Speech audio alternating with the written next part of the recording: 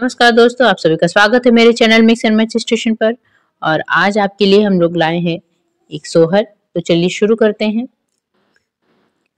Ovary में बैठी है सासू त बहुआ, रज कर बहुआ रज कर हो। सासू पटवा में करती रुखवा दयत पिया, देख जवत पियवा देखी हो। सासू पटवा में कटती रुखवा जेवत पियवा, देखित जेवत पियवा देखित हो। सासू जी बोलनी नवैत नद उठी, बोलै नद उठी बोलाई हो। भौजी द्वारे से लाऊ पलंगिया सोवत पियवा, देखऊ सोवत पियवा देखऊ हो। भौजी द्वारे से लायू पलंगिया सोवत पियवा, देख सवत पियवा देखऊ हो। सुनहु सुनहु मोरी ननदी तुम ही ठकुराइन, तुम ही ठकुराइन हो।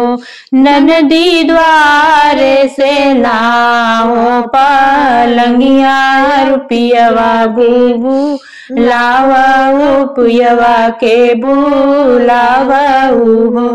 ननदी द्वारे से लाऊ पलंगिया, रुपयवा के बुलावा रुपयवा के बुलावऊ हो।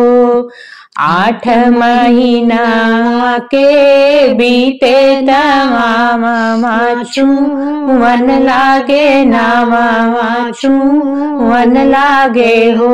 सासू कावन कावन घर लिपि कावन गजो, ओ बरी कावन गज ओ बरी हो।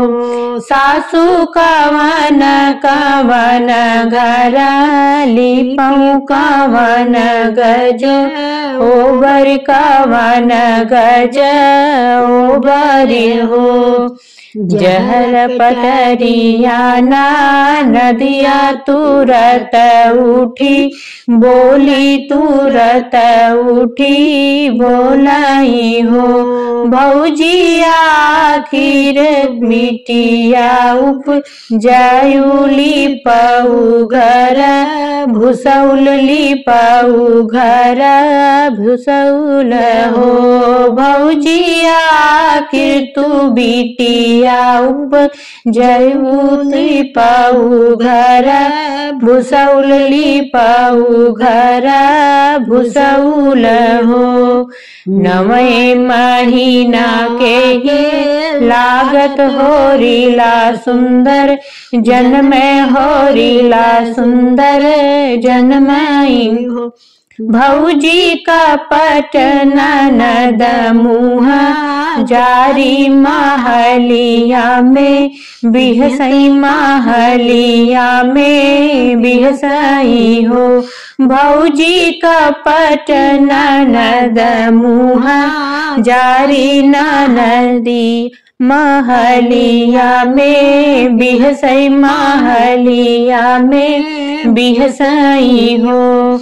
ओबरी में बैठी न सासू त बहुआ, रज कर बहुवर रज कर हो।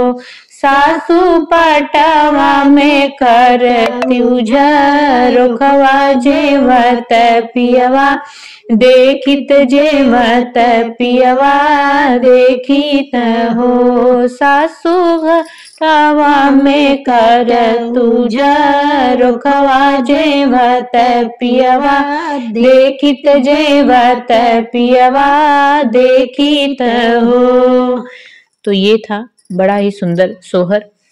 मिलते हैं आपको नए गीत नए वीडियो के साथ। तब तक के लिए नमस्कार, धन्यवाद।